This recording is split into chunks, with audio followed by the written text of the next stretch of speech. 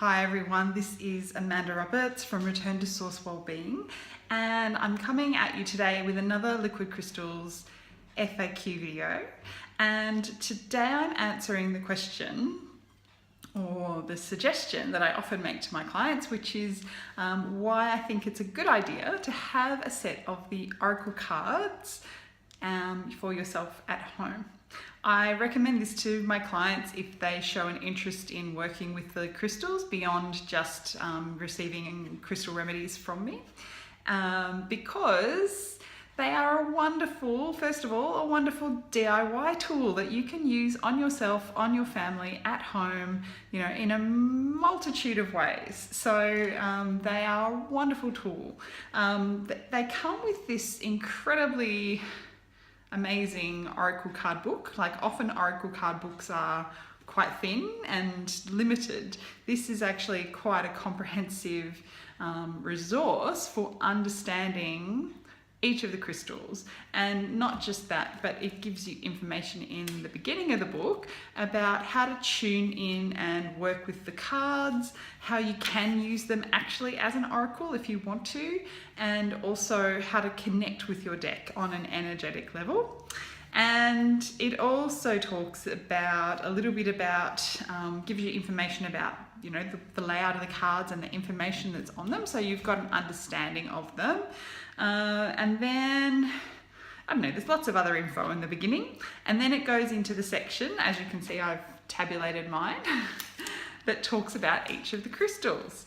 So look, there's many different ways you can work with the Liquid Crystal Oracle card deck.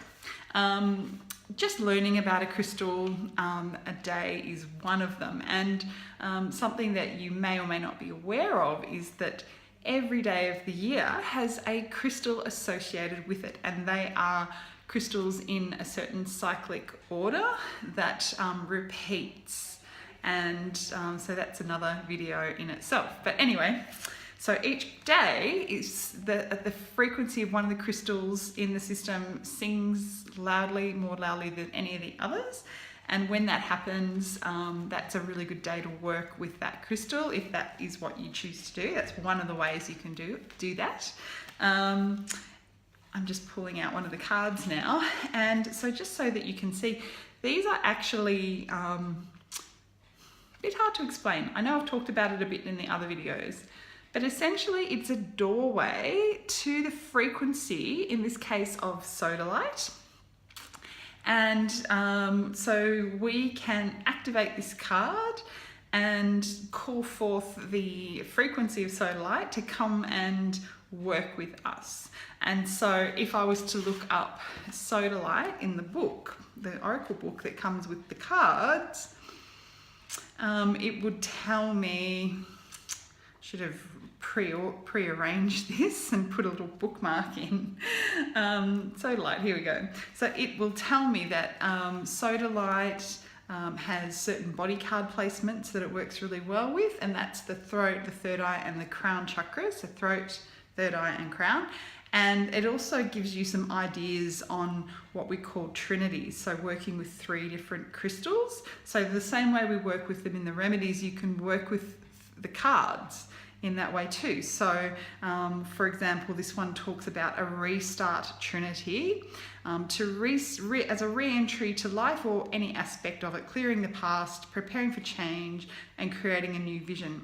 That one sounds good. I'm gonna probably do that one later.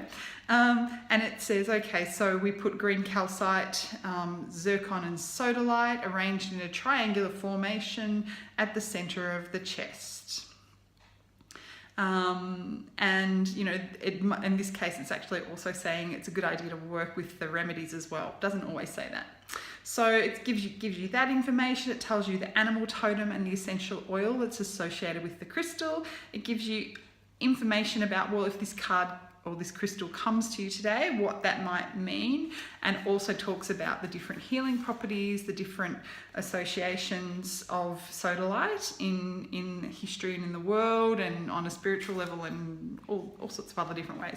So basically, if I was wanting to work with Sodalite, or if I was feeling around in my card deck and I'm like, and I pulled out Sodalite, I'd be like, oh, okay, go and read about Sodalite, find out what's relevant, and then basically, you know, use the card. So activate it, put it on my body, do some meditation with it, and so on.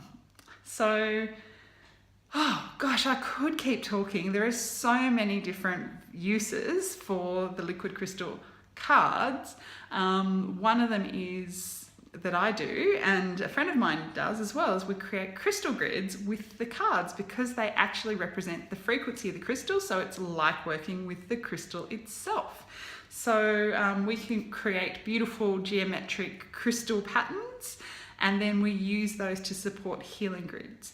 I use them in my clinic under the table when they're needed for people, as well as giving people remedies to take internally. So, oh, look, I have clients who get their kids to play with them. They're really great for children, and their kids have learnt, I'll, you know, say, oh, this one's really great for stomach aches. And so then the kids actually really respond well to them, and then come up and say, oh, mummy, can you please give me that card? That one's really fantastic for my stomach ache.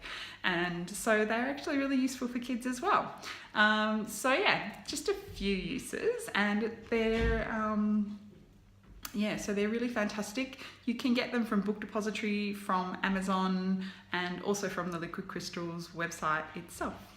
Hope this has been useful for you. Another video coming at some point soon. Bye.